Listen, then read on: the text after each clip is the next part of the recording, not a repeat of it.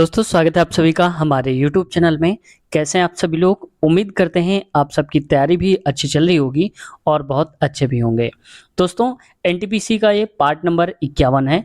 इससे पहले हम 1 से 50 तक के पार्ट्स करवा चुके हैं। अगर आप देखना चाहते हैं तो इसकी अलग से प्लेलिस्ट आपको हमारे चैनल में मिल जाएगी। वहाँ पर एनटीपीसी के नाम से है, आप बाकी सारे पार्ट्स वहाँ से देख सकते हैं। शुरुआत करते हैं आज की इस वीडियो की। और इस साल दोस्तों अच्छा खासा चांस है आप सबके लिए एनटीपीसी में सिलेक्शन लेने के लिए। अब कोई भरोसा नहीं है कि इसके बाद वैकेंसी कब आती है कब नहीं आती है। हालांकि वैकेंसी बहुत कम है, इतनी नहीं होनी चाहिए थे। कम से कम 35,000 वैकेंसीज होनी चाहिए थी। अभी बढ़ने की चांसेस हैं और उम्मीद रखिए ज़रूर बढ़ेंगी वैकेंसी। इसके बारे में मुहिम भी चलाएंगे। दोस्तों शुरुआत करते हैं आज के पेपर की। लेकिन चैनल पे अब तक नए हैं और चैनल को सब्सक्राइब नहीं किया तो आपसे रिक्वेस्ट है चैनल को सब्सक्राइब कर लीजिए और बेल आइकन भी दबा लीजिए। पहला क्वेश्चन है दोस्तों 90 से शुरू करेंगे क्योंकि 85 से हमने छोड़ा था। तो आप कहेंगे 5 क्वेश्चन कहाँ गए? तो वो क्वेश्चन दोस्तों बहुत ज़्यादा ब्लर थे, इसलिए दिख नहीं रहे थे, तो इसलिए हमने उसको छोड़ा है। अब देखो ब्लड रिलेशन है। एक फोटो की ओर इशारा करते हुए जॉन ने कहा, वह मेरी माँ की बहन की पति की इकलौती नातिन है। तो इस फोटो वाले व्यक्ति का जान से क्या संबंध है? हमने बोला था जब कभी ब्लड रिलेशन आ जाए तो आप अपने ऊपर रख के देखा करिए, यानी कि अगर हम होंगे उसकी तरफ तो क्या करेंगे। जैसे देखो, वह मेरी माँ यानी कि आपकी माँ की बहन क्या लगेंगी? आपकी मौसी लगेंगी।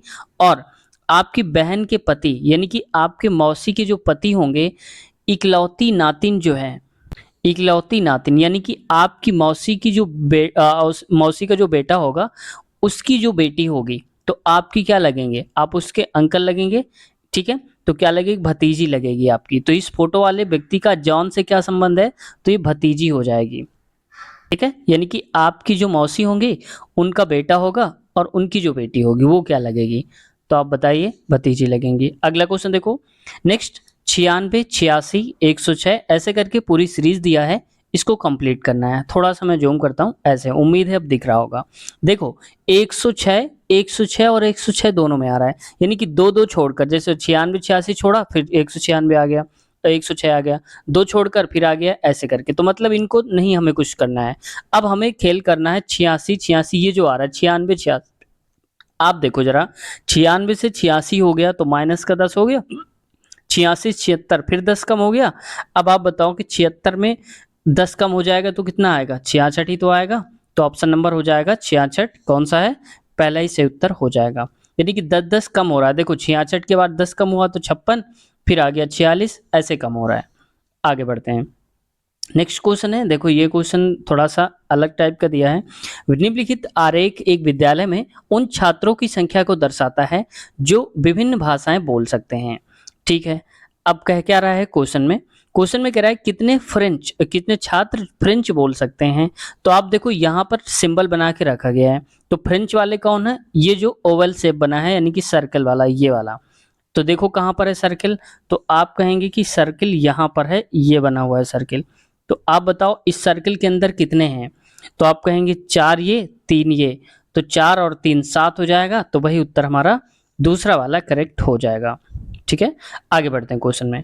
नेक्स्ट क्वेश्चन देखो, कोई कोई दुकान है जो बर्गर और सैंडविच दोनों बेचती है। ठीक है, कुछ ग्राहक केवल बर्गर पसंद करते हैं और कुछ केवल सैंडविच पसंद करते हैं। कुछ ग्राहक ऐसे हैं जो ना तो बर्गर और ना ही सैंडविच, बाकी ग्राहक बर्गर और सैंडविच दोनों ही पसंद करते हैं। यानी कि कुल मिला के कि उसमें से 3 टाइप के बनेंगे। तो 3 टाइप का मतलब क्या हुआ? जैसे मान लो मैं यहाँ पर बना देता हूँ अलग से, एक बर्गर एक सैंडविच, 2 टाइप के मान लो ऐसे करके। तो ये क्या हो गया कि ये बर्गर खाते हैं और ये सैंडविच खाते हैं। कुछ हैं जो ना बर्गर खाते हैं ना सैंडविच, तो वो अलग से हो जाएंगे, ये वाले हो जाएंगे जो बहुत बड़े विद्वान हैं, समझो। तो इसका मतलब है कि ये वाले कुछ भी नहीं खाते हैं, ना बर्गर खाते हैं ना सैंडविच खाते हैं। तो इस टाइप का कुछ फिगर बनेगा। तो आप देख सकते हैं ऑप्शन नंबर तीसरे वाले में करेक्ट हो जाएगा ये वाला। ठीक है, जितना इनकी प्रैक्टिस करेंगे आप उतना ही आसानी से इनको कर पाएंगे।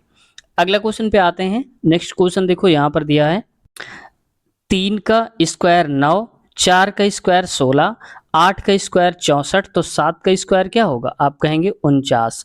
तो एक ही जगह पे आएगा 49। अब आते हैं बी में। बी में क्या कह रहा है यहाँ पर देखो, तो देखो यहाँ पर 27 होता है किसका क्यूब, 3 का। अब 3 का क्यूब होता है 27 और इसी का स्क्वायर एक बार जोड़ दो, यानी कि 27 में से 3 का स्क्वायर कितना हो जाएगा, 9। बस इसको जोड़ दो, 27 9 36 हो जाएगा। तो देखो 36 आ रहा है। ठीक वैसे ही ये होता है 64 यानी कि 4 का, और 4 का स्क्वायर कितना होता है, 16।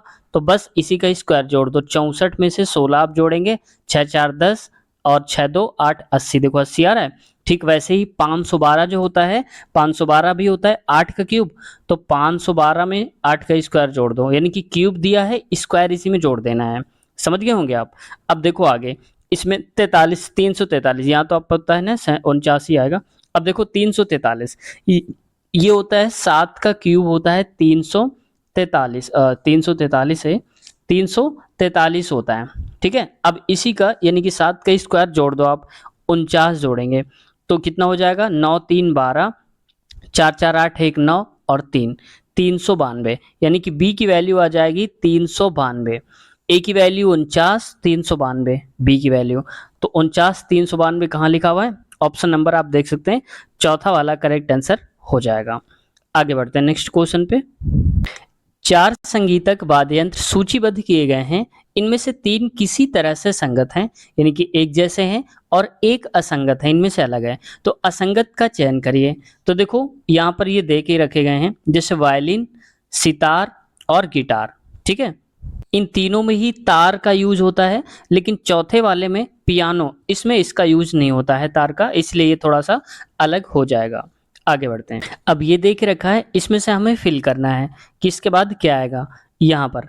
तो देखो सबसे पहले मैं यहाँ पर लिख देता हूँ ABCD। ठीक है, अब इनको ध्यान से देखो, Y को A लिखा गया है, देखो AY यानी कि Y और A लिखा गया है, PJ लिखा गया है, तो P और J देखो ऐसे लिखा गया है। अब इसको समझेंगे कैसे, तो देखो Z को पहले लो आप, Z होता है 26 नंबर पे, 26 में से A यानी कि A मतलब 1 नंबर पे, तो आएगा 25। तो 25 नंबर पे क्या आता है, Y आता है, तो देखो Y लिखा गया। ठीक वैसे 26 में से क्या घटाएंगे, अगला वाला कोई भी चेक कर लो, मान लो कि हमें J वाला चेक करना है, तो J कौन से नंबर पे आता है, 10 नंबर पे आता है, तो 10 चेक करेंगे, तो यहाँ पर 10 लिखेंगे, ये आएगा 16। तो 16 नंबर पे कौन सा लेटर आता है, तो आप कहेंगे P आता है। समझे आप, यानी कि Z नंबर से हमने सारे के सारे घटा करके पता करे हैं, तो वैसे यहाँ पर क्या आएगा, Z आ जाएगा। ठीक है, तो ऑप्शन नंबर हमारा हो जाएगा दूसरा वाला, इसी को लेकर के हम सारे के सारे निकाल रहे हैं। अगला क्वेश्चन देखते हैं। नेक्स्ट है क्वेश्चन, इसमें कहा जा रहा है किसी निश्चित कोड भाषा में यदि ट्री को SQSDD लिखा जाता है तो क्वेश्चन को क्या लिखा जाएगा। ठीक है, पहले इसको हम पता करते हैं कि ट्री से ये कैसे लिखा गया। तो देखो STQRDE यानी कि उल्टा करके लिखा गया है, इसके एक एक पहले वाला पीछे वाला लिखा गया है। तो ऐसे आप बताओ कि C के पहले क्या आता है, मैं इसको थोड़ा और इधर कर देता हूँ ऐसे करके, या मैं थोड़ा ही ऑप्शन सहित से दिखा देता हूँ अगर आपको डाउट ना हो। ऐसे देखो, यहाँ पर C के पहले क्या आता है, B आता है, U के पहले क्या आता है, T आता है, वैसे ही S के पहले क्या आता है, R आता है। तो BTR देखो कहाँ पर है, BTR इसमें और इसमें दोनों में है, इसलिए हमें अगला भी देखना पड़ेगा। H के पहले क्या आता है, तो यहाँ पर आता है G आएगा, तो G। तो देखो BTRG कहाँ लिखा है, BTRG देखो यहाँ भी दिया है, यहाँ भी दिया है, कितना अंतर दे दिया है। चलो अब अगला भी देखना पड़ेगा। आई के पहले क्या आता है, H आता है, तो यहाँ पर आ जाएगा H। तो BTRGS, तो BTRGJ दिखा है, ये गलत है, ये सही हो जाएगा। तो जब आप पेपर में करेंगे तो आप डायरेक्ट ऐसे ही चेक करेंगे, ठीक है, पूरा नहीं करेंगे, यूनिक लेटर आपको देखना है। तो देखो यहाँ से भी आप देख सकते थे, कैसे देख सकते थे, M लास्ट में दिया है, लेकिन N और P इन दोनों में अंतर देख रखा है। तो बस अगर आप दूसरा निकाल लेंगे, जैसे देखो यहाँ पर सेकंड कौन होगा, O होगा, O के पहले क्या आता है, N, तो देख लो N जिसमें आ रहा है भाई सही है, यहाँ पर P आ रहा था, इसलिए यही टिक हो जाएगा। तो पेपर में आपको पूरा पूरा नहीं सॉल्व करने बैठना कि आप क्वेश्चन का पूरा कोड बनाने लगे, तो उसमें टाइम वेस्ट होता है, स्मार्ट तरीका आपको अपनाना है। अगला क्वेश्चन की तरफ बढ़ते हैं। नेक्स्ट देखो, यहाँ पर क्वेश्चन में कहा जा रहा है जॉन और जेनी उत्तर की ओर मुंह करके बैठे हुए हैं, किंतु मुंह किए हुए एक बिंदु पर खड़े हैं। ठीक है, जॉन सुबह जेनी से अलग होकर 15 मिनट में 3 किलोमीटर पश्चिम की ओर चला। ठीक है भाई, अब देखो यहाँ पर मान लिया उत्तर की ओर मुंह करके ये खड़े हैं, दोनों खड़े हैं। अब क्या हुआ, जॉन ने क्या किया, जेनी से अलग हो गया जॉन, और 3 किलोमीटर पश्चिम में चला, यानी कि इधर की तरफ चला है 3 किलोमीटर। ये कौन है, ये है जॉन, ठीक है, जॉन। अगला क्या करा है उसने, उसके बाद वह 25 मिनट में 4 किलोमीटर दक्षिण की ओर चला। दक्षिण की ओर चला है ये नीचे की तरफ 4 किलोमीटर। अब कह रहा है जॉन से मिलने के लिए जेनी को न्यूनतम कितनी दूरी तय करनी पड़ेगी। इसको अगर सही ढंग से आप बनाओगे तो ये कुछ इस प्रकार से बनेगा, पहले ऐसे गया, फिर इसके बाद ये ऐसे आया, ठीक है। तो यही दूरी देख लो आप, ये दूरी 3 है, ये दूरी 4 है। तो बताना है कि न्यूनतम दूरी, तो न्यूनतम दूरी हम यहाँ से यहाँ तक की तय करेंगे, तो ये कितनी हो जाएगी। तो एक ट्रिपलेट होता है फार्मूला, 3 4 तो जोड़ा होता है 5 का, 3 4 5। अगर आपको नहीं आता है तो ये 90 डिग्री मानकर कर्ण स्क्वायर बराबर लंब स्क्वायर प्लस का आधार स्क्वायर करेंगे तो भी आपका 25 आएगा अंडर रूट में, और अंडर रूट करेंगे इसका बाहर वर्गमूल तो 5 आ जाएगा। तो ऑप्शन नंबर पहला सही उत्तर हो जाएगा, ठीक है। आगे देखो, यहाँ पर जो टाइम देख रखा था ना कि 15 मिनट है और ये है, ये कंफ्यूज करने के लिए दिया था। हमें टाइम से कोई मतलब नहीं, हमें सिर्फ डिस्टेंस को देखना है पहले। आगे बढ़ते हैं। तो देखो दोस्तों, ये पेपर खत्म हो गया, अब इसका दूसरा वाला ले रहे हैं।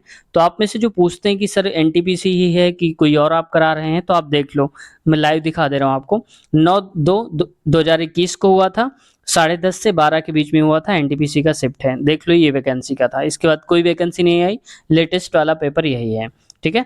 अब बढ़ते हैं आज के पहले क्वेश्चन की तरफ। इस क्वेश्चन में कहा जा रहा है, उस वेन आरेख का चयन करें जो दिए गए वर्गों के समुच्चय के बीच के संबंध को सर्वोत्तम ढंग से यानी कि सबसे अच्छे तरीके से दिखाता है। तो पत्रिकाएं, मूवीज और पुस्तकें। तो देखो, पत्रिकाएं जो होती हैं वो पुस्तकें ही तो होती हैं, लेकिन जो मूवीज होती हैं वो बिल्कुल अलग होती हैं। इनका इससे लेना देना नहीं होता है पुस्तकों से, क्योंकि पुस्तकों हम पढ़ते हैं, पत्रिकाओं को पढ़ते हैं, लेकिन हम मूवी को पढ़ते नहीं, देखते हैं। तो ये हो जाएगा ऑप्शन नंबर पहला वाला। अगला क्वेश्चन पे आते हैं। नेक्स्ट है, एक सेनाध्यक्ष अपने 4125 सैनिकों को एक वर्गाकार आकृति के रूप में पंक्तियों और स्तंभों में व्यवस्थित करना चाहता है। उन्हें व्यवस्थित करने के बाद उसने पाया कि उनमें से कुछ सैनिक बच गए हैं, शेष बचे सैनिकों की संख्या बतानी है, ठीक है। तो देखो, हमारे पास जो संख्या वो 40,125 है। अब इसमें से बताओ, इन ऑप्शन के हिसाब से इनमें से हम क्या घटा दें कि पूर्ण वर्ग बन जाए यहाँ पर, ठीक है। तो देखो, अगर हम 150 घटाएंगे तो नहीं बन पाएगा, क्योंकि अगर आप 150 घटाएंगे भी तो 10 में 5 में से 0 में 5 में से 0 गया तो 5, और यहाँ पर 12 में 5 7 आएगा, और यहाँ पर 10 में 1 9 आएगा, यहाँ पर 9, ऐसे करके। तो ये देखो वर्गमूल नहीं बनेगा। लेकिन अगर ध्यान से देखो, यहाँ पर 40,125 लिखा था, इसमें से अगर 125 आप घटा देंगे तो देखो 0 0 और यहाँ 0 0 ये आ गया, ठीक है। तो इसके बाद ये किसका बन जाएगा, तो ये बन जाएगा 200 का, 200 का पूरा पूरा मिल बन जाएगा। तो बच कितने रहे, 125 बच रहे हैं एक्स्ट्रा। अगर ये ना होता तो पूरे पूरे 200 की लाइन ऐसे और ऐसे बन जाती, ठीक है। तो ऑप्शन नंबर हमारा दूसरा ही करेक्ट हो जाएगा। तो जब आपको नहीं आता है तो आप डायरेक्ट ऑप्शन से ही किया करिए, आसान हो जाएगा। आगे बढ़ते हैं। निम्नलिखित में से किसने पहलाज निहिलाजी के स्थान पर केंद्रीय फिल्म प्रमाणन बोर्ड के अध्यक्ष का पदभार ग्रहण किया। ये अब नहीं पूछा जाएगा, लेकिन इस समय जो वर्तमान में है 2024 में, उनको आप जरूर पढ़ लेना, ठीक है। अगला क्वेश्चन देखो। नेक्स्ट प्रक्रिया, इसमें से देखो, निम्नलिखित में से किस संस्थान के शोधकर्ताओं ने भारत के पहले पूर्णतः स्वदेश, देखो पहला वर्ड आ गया है। मेन उद्देश्य इस क्वेश्चन को बताने का यही था कि जब पहला सर्वप्रथम सबसे पहले वर्ड आते हैं तो अपने आप में ही इम्पॉर्टेंट हो जाता है। ये क्वेश्चन करंट अफेयर का है जो कि अब नहीं पूछा जाएगा, लेकिन यहाँ से आप यही आइडिया लगा लो कि जो पहला वर्ड दिया हो ना उसको आप जरूर पढ़ना, क्योंकि रेलवे में ऐसे क्वेश्चन बहुत पूछे जाते हैं। देखो, यहाँ पर लिखा है साइन इनवर्स 1/√2 का मुख्य मान यानी कि प्रिंसिपल वैल्यू ज्ञात करना है, ठीक है। तो आप बताओ कि साइन इनवर्स लिखा है और यहाँ पर साइन की वैल्यू कितने में होती है, तो आप कहेंगे साइन 45, और साइन 45 की वैल्यू 1/√2 होती है। तो यहाँ पर देखो, ये साइन से साइन कट जाएगा तो बचेगा हमारे पास 45। 45 को हमें किसमें, पाई के मान पे रखना है, तो हम कहते हैं यहाँ पर हो जाएगा पाई के मान पे, गुणे करेंगे पाई बटे 180 होता है। तो 45 एकम 45 और 45 चौको होता है 180, बराबर आएगा पाई/4, यानी कि ऑप्शन नंबर हमारा चौथा हो जाएगा। समझ गए आप। तो यानी कि जब भी कभी ऐसा लिखना हो तो हमें पाई/180 का मल्टीप्लाई करना होता है। आगे बढ़ते हैं। किताब उल हिंद इनमें से किस यात्री एवं विद्वान की कृति है, यानी कि कौन सा जो विद्वान है उसने लिखा था किताब उल हिंद, उसने अल-बरूनी ने लिखा था, ऑप्शन तीसरा। नेक्स्ट क्वेश्चन में बढ़ते हैं। सैद्धांतिक रूप से एक पूरी खुली किताब के कुल कुछ पन्नों द्वारा बना कोड डैश होता है। तो देखो यहाँ पर तो ये होता है, ये हो जाएगा रिजु कोड। रिजु कोड क्या होता है, जो कि 180 डिग्री का होता है। वहीं सम कोड होता है 90 डिग्री का, और न्यून कोड का मतलब होता है जो कि 90 से कम होता है, उसको बोलते हैं। अधिक कोड का मतलब होता है 90 से ज़्यादा हो लेकिन 180 से कम होना चाहिए। समझ गए आप, वो होता है अधिक कोड। रिजु कोड 180 डिग्री का होता है। आगे बढ़ते हैं। नेक्स्ट क्वेश्चन, भारतीय संविधान के निम्नलिखित में से किस अनुच्छेद के संसद के दोनों सदनों की संयुक्त बैठक से संबंधित प्रावधान किया गया है? तो अनुच्छेद 108 है, ये राष्ट्रपति बैठा सकते हैं दोनों की एक साथ बैठक 108 के अंतर्गत। तो यहाँ से आप देखो अनुच्छेद भी पूछे जा रहे हैं, तो आप जो मेन अनुच्छेद हैं, आर्टिकल्स हैं, उनको भी आप एक बार जरूर ध्यान दे लेना। ठीक है, आगे बढ़ते हैं क्वेश्चन पे। नेक्स्ट क्वेश्चन देखो, निम्नलिखित समीकरण के आधार पर अंकों ए और बी का मान ज्ञात करना है। ठीक है, तो इसमें देखो एक यही ट्रिक होती है कि आप ऑप्शन से सीधे करा करिए।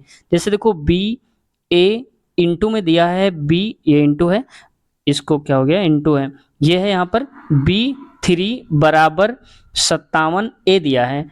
अब देखो बी और ए ये गुणा नहीं करेंगे, बी इंटू ए वाला ये डिजिट है, एक नंबर बनेगा पूरा। तो मान लो कि पहले मैं ये लेता हूं आपको समझाने के लिए पहला ऑप्शन, तो ए की जगह पे तो 2 रखना है, बी की जगह में 4 रखना है, 4 2 यानी कि 42 हो गया, गुणे में बी की जगह पे 4 43 हो गया, बराबर में कितना आना चाहिए 57, और ए की जगह में हमने क्या लिया 2, तो 2। अब बताओ 2 गुणे 3, लास्ट का यूनिट डिजिट देखो 6 आएगा, लेकिन यहाँ 2 आ रहा है तो ये तो नहीं होने वाला। समझ गए आप। ऐसे ही देखो इसको भी करेंगे, इसको भी तो नहीं आएगा। मैं इसको प्रूव करके दिखा देता हूं। तो बी ए इंटू में B3 बराबर है 57 ए। अब देखो बी की जगह में रखेंगे 2, तो 2 रखा, और ए की जगह में 5 यानी कि 25 गुणे में फिर आएगा 2 बी की जगह में और 3 23 बराबर 57, और ए की जगह में 5। ठीक है, अब देखो गुणा कराएंगे तो 3 5 15 आ रहा है। चलो मैं पूरा ही बता देता हूँ। 25 3 75 बचा हमारे पास 7, और 25 दूनी 50, 7 होता है 57, तो 575 देखो 575 के बराबर आ रहे हैं, तो यही सही हो जाएगा तीसरा वाला करेक्ट आंसर। आगे बढ़ते हैं क्वेश्चन में। भारत देश का एक सहयोगी सदस्य है, तो ये साफ्टा का सहयोगी सदस्य है, ऑप्शन तीसरा। ये देखो हाल ही में तब पूछ लिए जाते हैं जब कभी कोई बैठक होती है या कुछ होता है, तो इस प्रकार के क्वेश्चन इंपॉर्टेंट हो जाते हैं। वो थोड़ा सा क्योंकि न्यूज़ में आते हैं, इस वजह से इन क्वेश्चंस को उठा दिया जाता है। ठीक है, हालांकि ऐसे ही क्वेश्चन ज़्यादातर नहीं होते हैं, लेकिन जो करंट में उस टाइम पे चल रहे होते हैं उनके बारे में ज़रूर पूछ लिया जाता है, तो उस वक्त चल रहा था। अगला क्वेश्चन देखो, नेक्स्ट है निम्नलिखित समीकरण को हल कीजिए। चलो इसको हल करते हैं, ये थोड़ा सा बड़ा क्वेश्चन है, कैसे हल करेंगे। तो देखो यहाँ पर ये 1/5x जो लिखा हुआ है इसको आप पढ़ेंगे x/5। ठीक वैसे ही -1/6 को आप कहेंगे y/6 लिखा हुआ है। तो आप बताओ 6 को इधर भेज सकते हैं, तो 6 इंटू एक्स क्या हो जाएगा 6x हो जाएगा, माइनस का 5y अपान पे नीचे आ जाएगा 6 पंचे 30, क्योंकि जब दोनों अभाज्य संख्या होती हैं तो दोनों का आपस में गुणा कराते हैं, और ये आ जाएगा 5x प्लस का 6y हो जाएगा। अब इसका 6x का गुणा अंदर कराएंगे तो 6 पंचे 30 x स्क्वायर हो जाएगा, और ये प्लस आएगा 6 रंग 36 x इंटू वाई हो जाएगा, -5y का गुणा अंदर कराएंगे 5x में और 6y में, तो 5 25 और प्लस माइनस तो माइनस हो जाएगा 25xy हो जाएगा। आगे देखो ये हो जाएगा यहाँ पर भी माइनस, और 5 6 का 30y स्क्वायर हो जाएगा, नीचे आ जाएगा 30। ठीक है, अब देखो xy को आप पहले सॉल्व कर लो, तो ये लिखा है 30x स्क्वायर, और नीचे में आ जाएगा, चलो मैं अलग ही कर देता हूँ, ये 25 तो आ जाएगा 11xy, और माइनस है यहाँ पर माइनस कर लो, माइनस का 30y। ठीक है, ये y लिखा हुआ है, y स्क्वायर है 30y स्क्वायर, नीचे आ जाएगा ये वाला 30, तो बस 30 से आप सभी को भाग दे दो, तो देखो ये 30 से ये 30 कट जाएगा, अलग अलग करेंगे तो x स्क्वायर आएगा, ये नीचे करेंगे तो ये कटेगा नहीं, तो 11xy बटे में 30 ही रहेगा। यहाँ पर 30 से 30 कटेगा तो वाई स्क्वायर प्लस का आ जाएगा, माइनस का है, यहाँ पर ये माइनस लगा हुआ है क्योंकि ये माइनस है, तो यहाँ पर वाई स्क्वायर आ जाएगा। तो यही ऑप्शन हो जाएगा पहला ही वाला, पहला ही वाला करेक्ट आंसर हो जाएगा। समझ गए होंगे आप। मैंने इसको स्लाइड कम थी इस वजह से नहीं पूरा बताया है, लेकिन मैंने डायरेक्ट बता दिया 30 यहाँ लिखेंगे, 30 यहाँ लिखेंगे और 30 यहाँ लिखेंगे। अब ऊपर नीचे काट देना, जो बचे वही आंसर आ जाएगा। आगे बढ़ते हैं क्वेश्चन में। रक्षा अनुसंधान एवं विकास संगठन यानी कि डीआरडीओ की स्थापना किस वर्ष हुई थी? तो ये हुई थी 1958 में, याद रखना। और यहीं पर पूछ लिया जाता है विश्व स्वास्थ्य संगठन का मुख्यालय कहाँ है? Geneva, Switzerland. और इसकी स्थापना कब हुई थी आपको बताना है। मैं आपको ऑप्शन दे देता हूँ 1948, 1947, 46 और 1949। ठीक है, आपको बताना है। अगला क्वेश्चन देखो, नेक्स्ट है, एक खुदरा विक्रेता अपने सभी सामानों का क्रय मूल्य जो क्रय मूल्य है जितने खरीदता है तो क्रय मूल्य से 50% अधिक अंकित करता है। जैसे मान लो कि उसने 100 रुपए की कोई चीज खरीदी होगी, ये सब लिखा है, 100 रुपए की कोई चीज उसने खरीदी होगी और लिख कितना रहा रेट उस पे, वो लिख रहा है 150। क्यों? क्योंकि 100 का 50%, 50 एक्स्ट्रा होगा, 50 निकलेगा, 100 प्लस 50 हो जाएगा। ये नहीं आ रहा तो आप 100 का 50% निकाल के जोड़ दीजिएगा। अब देखो, खरीद रहा है 100 रुपए की और बेच रहा है, रेट लिख रहा है 150 रुपए की, भाई मैं 150 की बेचूंगा। आगे क्या होता है? अंकित मूल्य पर 25% की छूट प्रदान करता है। यानी कि 150 रुपए है, जब कोई व्यक्ति कहेगा भाई 150 रुपए की ज्यादा है तो कहेगा चलो 25% की अब मैं छूट देता हूं, तो 25% आप निकाल दो, ये हो जाएगा यहाँ पर 25 से कम 25, 25 चौको 100, तो आएगा 4। यानी कि बचेगा हमारे पास 150, मैं इसको और ऊपर लिख देता हूँ, 150 बटे में 4 आएगा। इसको आप काटेंगे तो कितना आ जाएगा? 4 एक कम 4 3 12 हो जाएगा और यहाँ पर बचेगा कितना? 3, 4 सत्ते 28 और 20 होगा तो 4 पंचे 20। यानी कि इतने रुपए वो छूट दे देगा। कहेगा चलो अच्छा इतने रुपए मत दो, तो 150 रुपए रेट लिखा था उसने, कह रहा था चलो इतने मत दो, तो 150 में आप इतने घटा दो, यानी कि 150 पॉइंट यहाँ लगा दो, 37.5। तो 10 में से 5 गया तो 5 बचेगा, यहाँ 9 में से 7 गया तो 2 बचेगा, और यहाँ पर 4 में से 3 तो 1 बचेगा। यानी कि 12.5 रुपए। भाई 100 रुपए की खरीदा था उसने, इतना कम कर दिया, 150 रुपए रेट लिख रखा था ना उसने, तो 150 रुपए में इतने रुपए कम किए तो कितने का बेच रहा होगा? 112.50 रुपए का। तो 100 रुपए तो उसने जेब से लगाए थे, तो 12.50 रुपए उसको एक्स्ट्रा मिले होंगे। तो ऑप्शन नंबर चौथा सही उत्तर हो जाएगा। समझ गए होंगे आप। अगला क्वेश्चन देखो, नेक्स्ट, इनमें से कौन सी सरकारी कंपनी भारत में स्थित इस्पात संयंत्रों का प्रबंधन करती है? तो ये करती है सेल। ऑप्शन दूसरा करेक्ट आंसर है। नेक्स्ट क्वेश्चन है, इनमें से कौन सा खोजकर्ता भारत आना चाहता था किंतु इसके बजाय अमेरिका के तट पर पहुंच गया था? वो कौन था? क्रिस्टोफर कोलंबस था। ऑप्शन तीसरा सही उत्तर हो जाएगा। और वास्को डी गामा का नाम तो आप जानते ही होंगे, भारत की खोज करी थी। अच्छा आप बताना कि भारत की खोज कब करी थी? वास्को डी गामा ने, ठीक है। और अमेरिका की खोज कोलंबस ने करी थी, ये करी थी 1992 में। और इसकी कब खोज करी थी? अगला क्वेश्चन देखो, नेक्स्ट, ये कथन है और कथन निष्कर्ष देखो बहुत बार पूछे जाते हैं रेलवे में, ये आप ध्यान रखना। जितनी ज्यादा प्रैक्टिस करोगे उतना ही अच्छे से आप इसको कर भी पाओगे। कथन क्या है? पिछले 2 वर्षों के दौरान मोटरसाइकिलों की कीमतों में काफी वृद्धि हुई है। कहने का मतलब है कि पिछले अगर हम 2 साल का रिकॉर्ड देखते हैं तो मोटरसाइकिल की जो कीमतें हैं वो काफी बढ़ गई हैं। अब क्या कह रहा है दूसरा वाला? कह रहा है कि पिछले 2 वर्षों के दौरान XYZ लैपटॉपों की कीमतों में काफी कमी हुई है।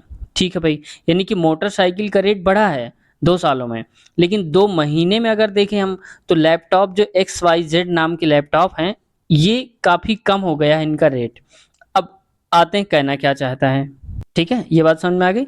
अब देखो इसमें से दोनों कथन स्वतंत्र कारण हैं, तो देखो स्वतंत्र कारण तो हैं लेकिन इसमें क्या है कि कारण दे के नहीं रखा है पूरी तरीके से, इसका प्रभाव जरूर दे के रखा है कि इसका प्रभाव क्या हो रहा है कि कीमत कम हो रही है, इसकी कीमत घट रही है। लेकिन दोनों अलग अलग हैं। ये मत आप सोचिएगा कि मोटरसाइकिल की कीमत अगर बढ़ेगी तो लैपटॉप घटेगा, और लैपटॉप अगर बढ़ रहेगा है तो ये घटेगा, ऐसा बिल्कुल भी नहीं। दोनों ही स्वतंत्र हैं। ये अलग सेंटेंस है, ये अलग दिया है, एक दूसरे पर कोई भी डिपेंड नहीं है। तो दोनों कथन स्वतंत्र हैं, कारणों के प्रभाव हैं, यानी कि स्वतंत्र जो कारण है इनके वो अपने अपने हिसाब से कम ज़्यादा हो रहे हैं, एक दूसरे पर वो डिपेंड नहीं है कि लैपटॉप मोटरसाइकिल पे डिपेंड हो और मोटरसाइकिल लैपटॉप पर, ऐसा नहीं है। अगला क्वेश्चन देखो, यदि x y की बहन है, z y की माँ है और a z का पिता है और b a की माँ है, तो x का a से संबंध क्या है? तो देखो जैसा जैसा बोला जाता है हम वैसा ही करते जाएंगे। x y की बहन है, जैसे देखो x y की बहन है तो ये माइनस कर दो, जो फीमेल है उसको माइनस कर देते हैं ताकि समझ में आएगा। अब कह रहा है z y की माँ है, तो यहाँ पर आप बना दो z। अब बताओ कि जेड की दो, ये बेटी हो गई, ये बेटा है, बेटी वाई क्या है हमें नहीं पता है, लेकिन ये दोनों संतानें हैं एक्स वाई, किसकी? जेड की। आगे आते हैं, ए जेड का पिता है। अब देखो ये जो है इसका भी पिता है कौन? ए, ठीक है। मतलब एक्स वाई के का नाना है कौन? ए, क्योंकि उनकी मम्मी और मम्मी के पिता क्या होते हैं? नाना ही होते हैं। अब देखो आगे क्या करा है, बी ए की माँ है। अब बी जो है वो ए की भी माँ है, देखो कितना गहरा दे दिया। ये बी जो है ये ए की माँ है, ए की भी मम्मी, यानी कि तुम्हारे नाना की जो मम्मी है वो दे के रखा है। अब क्या पूछ रहा है, एक्स का ए से संबंध क्या है? मतलब हमें यहीं तक जाना था, वो ऐसे ही फालतू दे दिया था। तो आप बताओ यहाँ पर क्या हो जाएगा? आपके नाना जो हैं वो क्या बोलेंगे आपको कि मेरी बेटी की बेटी हो आप, तो ऑप्शन नंबर क्या हो जाएगा? चौथा सही उत्तर है। ये तो होगा जब भाई नाना की जो बेटी होंगी वो आपकी मम्मी होंगी और उनकी बेटी आप होंगी, तो ऑप्शन नंबर चौथा सही उत्तर हो जाएगा। नेक्स्ट क्वेश्चन पे आते हैं, एक रेलगाड़ी 75 किलोमीटर की एक समान चाल से चल रही है। इस रेलगाड़ी द्वारा 250 किलोमीटर की दूरी तय करने में लगने वाला समय बताना है। ठीक है, तो देखो पहले हमारे पास होता है समय बराबर, या मेन जो फार्मूला होता है वो होता है चाल बराबर दूरी बटे में समय, यानी कि टाइम होता है। बताना क्या था? समय बताना था। तो समय को इधर ले आओ, यानी कि टाइम बराबर हो जाएगा डिस्टेंस अपान में चाल, यानी कि स्पीड हो जाएगा। तो दूरी बटे में चाल हो जाएगा। तो देख लो यहाँ पर समय बराबर दूरी कितनी है टोटल? 250 किलोमीटर। चाल कितनी है? ये है 75। ये किलोमीटर तो ये भी किलोमीटर में रहेगा, अगर ना होता तो हम इसको चेंज भी करते हैं। ठीक है, काटो इसको 25 से, 25 से कम 25 मतलब 10 बचेगा, और 25 नहीं 75 3 आएगा। इसको और भी काटेंगे तो देखो ये बन जाएगा कितना? 3 त्रिका 9, 1/3, यानी कि 3 घंटे 1/2 मिनट। तो 1/2 घंटा जो है, इस घंटे को भी 60 से गुणा करा दो तो मिनट में बन जाएगा।